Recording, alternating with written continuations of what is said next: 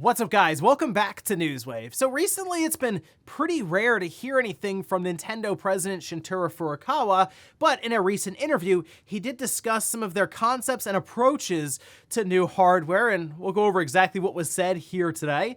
Also, we are going to be talking about just a very weird situation that has exploded more than it should have online around Starfield, and even to the point where Microsoft is responding to all this. Oh, and with Gamescom coming up this week, there's a chance we could have a pretty big reveal, and we'll go over all of that and more here today. Guys, if you enjoy these videos, make sure that like button helps out a ton, and if new here to the SpawnWave channel, make sure you subscribe down below. And we're going to start today with Red Dead Redemption on the Switch, as Digital Foundry did what they do best and analyzed it from a technical perspective, and this is something that, of course, people were curious about. How would the Switch handle Red Dead Redemption? It was, of course, on the Xbox 360 and the PS3, works backwards compatible for the PS5 and Xbox Series, but the Switch version, it would be technically the one true portable version of the game. I know you can emulate it and stuff on a Steam Deck and all that, but this would technically be native. That's at least been developed and ported to the Switch platform, and based on what Digital Foundry has seen, it looks like the game is 1080p docked and 720p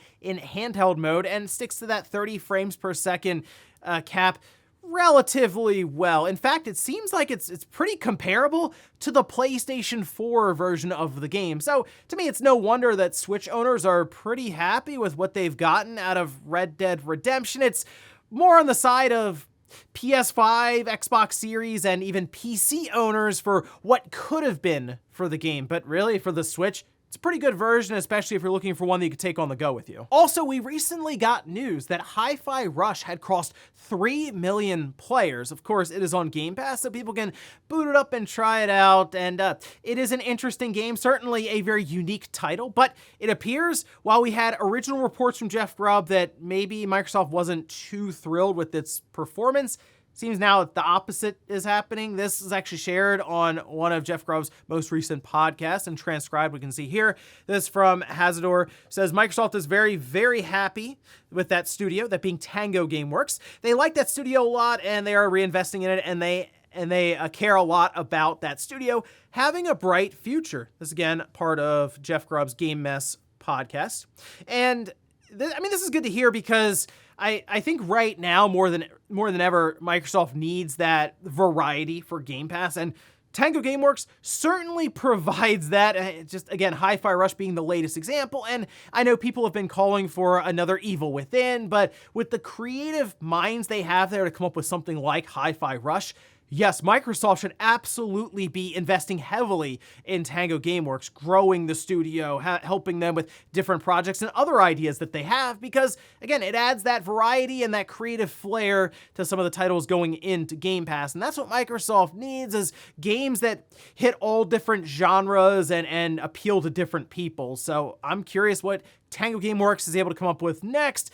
Might be a little while, but it'll be something to keep an eye on. Oh, and we did have a bit of a strange game announcement over the weekend, and it kind of went viral a bit online, and you can see some of the trailer here. This is for Killer Bean, and it's apparently a single-player campaign that consistently changes. It's an open-world, third-person, first-person, roguelike shooter, so there seems to be a lot going on. I think, obviously, the art style, the characters, the animations is what's kind of catching people's attention and kind of being meme status there and all of this. But at least the concept is interesting. They say it's simple missions that can turn into deadly traps, and no two campaigns are the same.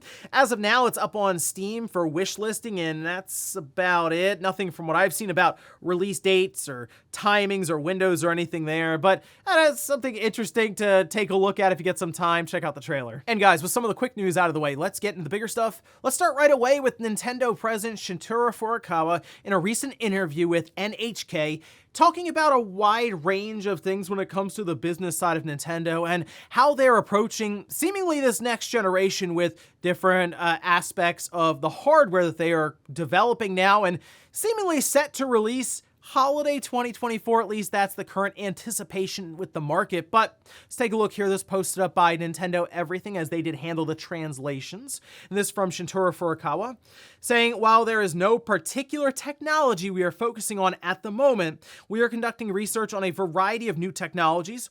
However, I believe the most important thing for our company is not seeking new technologies for novelty's sake, but rather considering how they lead to revolutions in the act of play itself.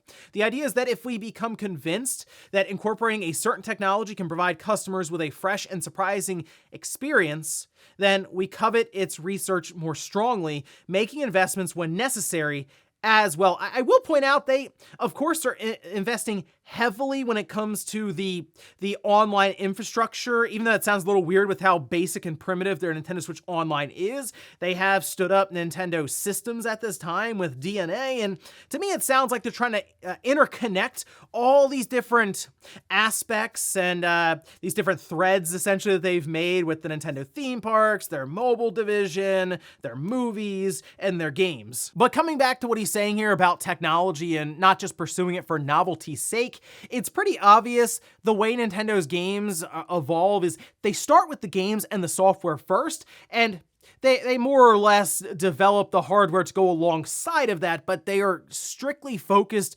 first and foremost on the games, right? The experiences that can set themselves apart from the competition. Because while Nintendo is not necessarily compared directly to Xbox or PlayStation, it's still entertainment at the end of the day, and really Nintendo is concerned about all forms of entertainment when it comes to competition. In fact, that's something they discussed in this interview with another question, which we can see Furukawa responding, we always keep in mind that if we do not keep putting out things that people truly want, they'll get bored of us. Right now, there are various forms of entertainment besides video games. I believe that making people want to spend their precious time on video games, and Nintendo games no less, is a very harsh battle. We approach everything while resolved to the fact that at any time, people may start thinking they do not need Nintendo games anymore. And this is a real thing Nintendo had to grapple with really the uprising of cell phones and tablets and the free-to-play market. And Nintendo kind of lost that battle a little bit when it comes to releasing software on Google Play Store, Apple, the Apple iOS Store, whatever, because remember, they showed up with Mario Run as a premium priced product at like $10, right? And it didn't do so well. Then they switch over to free to play, and they make a ton of money with some of their games like Fire Emblem. That game makes a ton of money, or at least it has over time. But it seems like that was more receptive overall for that market. So Nintendo in general just views entertainment as a competitive space. So yes, sure, Xbox, PlayStation, you go to the store, it's all in the same section, and you decide where you're going to put your money, whether it's in a PlayStation 5, a Switch, or an Xbox Series. But even outside of that, Nintendo is competing with cell phones and tablets and PC games. There's only so much time in the day, and there's only so much revenue out there to be gathered by all of these companies. So Nintendo clearly tries to set themselves apart with, yes, people would look at as gimmicks for some of their systems, but some that also really set themselves apart because they intertwine it with their software. And that's exactly what I expect to see in the next generation, or the one coming up in, we assume, again, holiday 2024. While I don't know if they're going to step completely out of bounds from what they have now with the Switch, I do think there's going to be a bit of a twist, kind of like the DS to the 3DS with the 3D screen. I think there'll be something there that clearly sets it apart from the current Switch generation, but not enough to get away from the hybrid concept or even that form factor. So that's the part I'm most curious about, what wrinkle they add to make the next generation truly feel like a next generation device. But hopefully we don't have too much longer to wait, since we are coming up on the end of 2023 already. And I think when we get into that first quarter of 2024, we'll start to hear some serious rumblings as to what they have planned, whether it's from Nintendo themselves, or I'm sure just leaks getting out there from software partners, or who knows, people who even just have dev kits completely and are working on different things. Next up, let's talk about some strange stuff that's been going on with Starfield. It's not even the game itself necessarily. It's just some of the commentary around it online it's impressive stuff, even for Twitter's sake. I made a video about this on the second channel because it pertained to the title screen being off-putting or being chalked up to laziness or just being hastily done. again, very odd stuff, even for a title screen that you spend about 10 to 15 seconds on before clicking new game or load game, and then, playing the game itself. But it actually got to the point, because so many people were talking about it and so many impressions were being had on that original post, that Pete Hines, Bethesda, of course being owned then by Microsoft, responded to the entire thing. And we can see this posted up again over on X, this from Pete Hines responding to that original message, saying, "Or they designed what they wanted, and that's been our menu for years and was one of the first things we settled on. Having an opinion is one thing. Questioning how a developer's care because he would have done it different is highly unprofessional coming from another quote unquote dev." And that's the part that really seems to be, I'll say, rubbing people the wrong way. I'm not even sure Pete Hines, even other people who haven't even necessarily expressed their, we'll say, frustration with that original message, because the person who made that post, I mean, they were a developer, designer, what have you, back in the day, and it seems like something that is that you wouldn't necessarily say if you were really still involved or in the development trenches, you could say, because for one, the title screen looks fine. I don't think it's a big deal anyway, just the way it looks. I think it plays into the concept of Starfield in general. But two, it's a title screen. Like, who cares either? It looked terrible, and you go, this title screen's weird. And then you just keep going anyway. Like, I'm playing Bomb Rush right now. The icon for the Switch is weird, but like, who cares? I just go past it, and I'm playing the game, which is really good.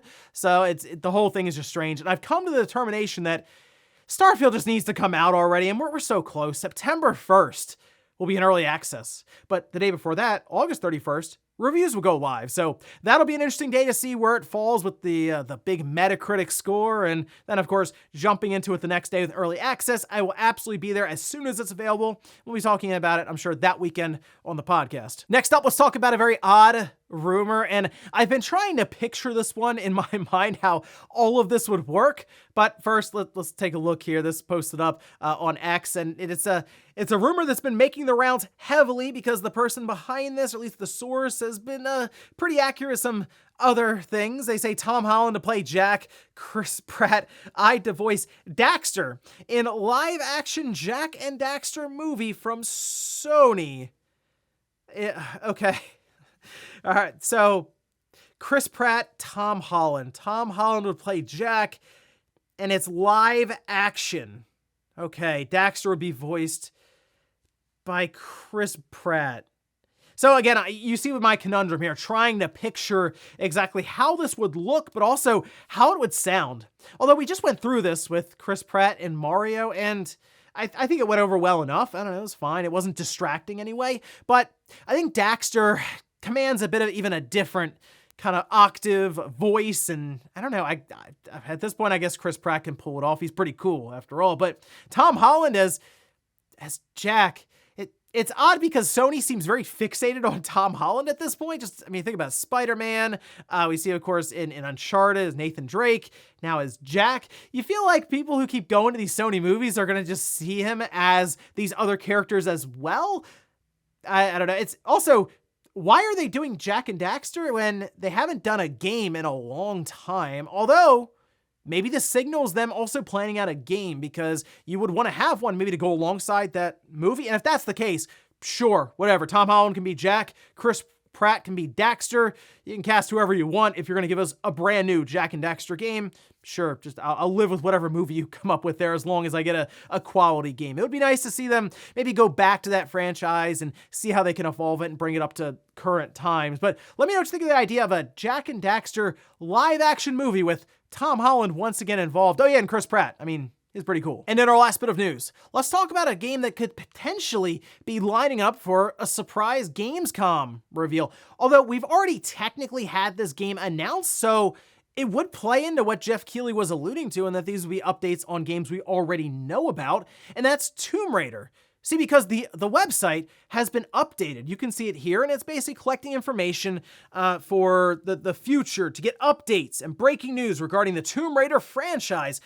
Almost like they're preparing to do some big re-reveal, or I guess just really initial reveal of the game itself, because about a year and a half ago, like the first first quarter or so of 2022, it was announced that Crystal Dynamics was indeed working on a brand new Tomb Raider game, and it was going to utilize Unreal Engine 5, which was great, but the way they announced it, they didn't have anything to show. They just said, hey, we're working on a new Tomb Raider game. Now, this led people to believe that it was incredibly early on, but rumors started to point to, no, Tomb Raider is actually further along than people are expecting, and we could see it sooner rather than later. In fact, to start off this year, it was being rumored that we would see Tomb Raider in like a more official announcement with a trailer and all this before the end of 2023. And while there are still a couple of events coming up with obviously Gamescom this week, Tokyo Game Show after that, and then the Game Awards, I mean, we're going to look at every one of those events and say maybe here or maybe here, although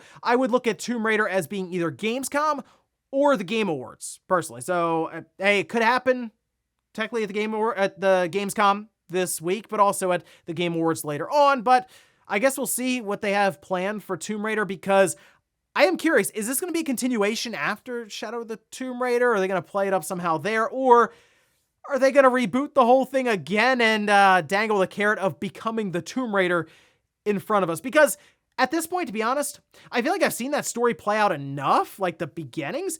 You should just do what, for example, happened with, just as an example, Spider-Man on the PS4, where they just dropped us into a more experienced Spider-Man, as Peter Parker, who's been doing it for a while, drop us into the situation where Lara Croft has been doing this for a while and she's already become the Tomb Raider and all of that, rather than have to work through another couple of entries just to get the dual pistols. But let me know what you think about that. A new Tomb Raider game, could we be set up for a reveal maybe even this week? And before we go to the comment of the day, we're taking a look at the poll that I posted up yesterday, where I ask, have you played a Jak and Daxter game?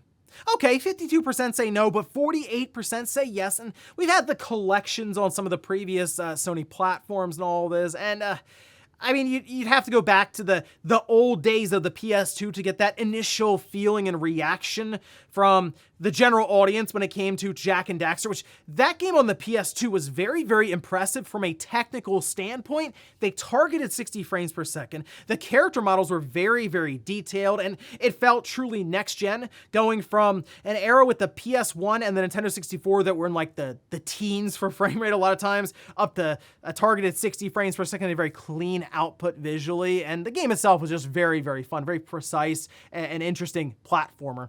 I would not mind, bare minimum, if Sony was going to do this movie, even if they were like, you know what, we're going to do a full-on remake of Jak and Daxter, like the original one from the PS2, even that I'd be okay with, because at least Sony would be doing something with that franchise and even just acknowledging it in the first place. And we'll finish up with the comment of the day, as you're seeing here. This is from Mental, who says, it's crazy that Phil Spencer associates the Xbox One as a generation where people started building their digital library, because the Xbox 360 is when I started building mine.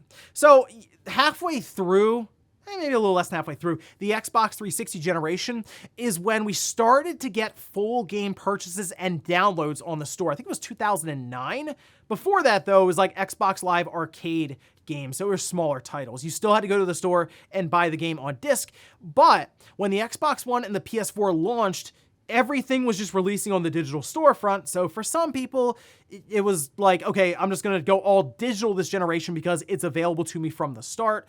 Whereas they spent the entire previous generation, the Xbox 360 and the PS3, going through refinements for the stores and transactions and figuring out payments and all this stuff, and even hard drives, like the sizes, to get to that inevitable point where everything was supported and you could just buy from your couch in your living room rather than go out to the store. And that's basically where everything really started, which, yeah, that was technically the worst generation for Microsoft to lose, because a lot of people started building their digital libraries from that point on. But I get what you're saying. Some of us, yes, did start buying games outright on the 360 back then, but I think that was a smaller number of people, as midnight releases and walk-ins day one and all this were still very, very high. Trust me, I saw it on release for a lot of these games. And ladies and gentlemen, that's going to do it here for Newswave. If you enjoyed this video, guys, hit that like button. If not, hit the dislike. Leave comments down below about everything we talked about here today. Whereas Nintendo's approach to the hardware with the novelties or the gimmicks or any of that to go along with their software. What do you think their plans when it comes to that little wrinkle will be with the Switch's successor? And then also, the whole thing around this title screen for Starfield, Has a title screen ever bothered you that much that you had to talk about it? Thanks guys for watching, and I'll see you next time.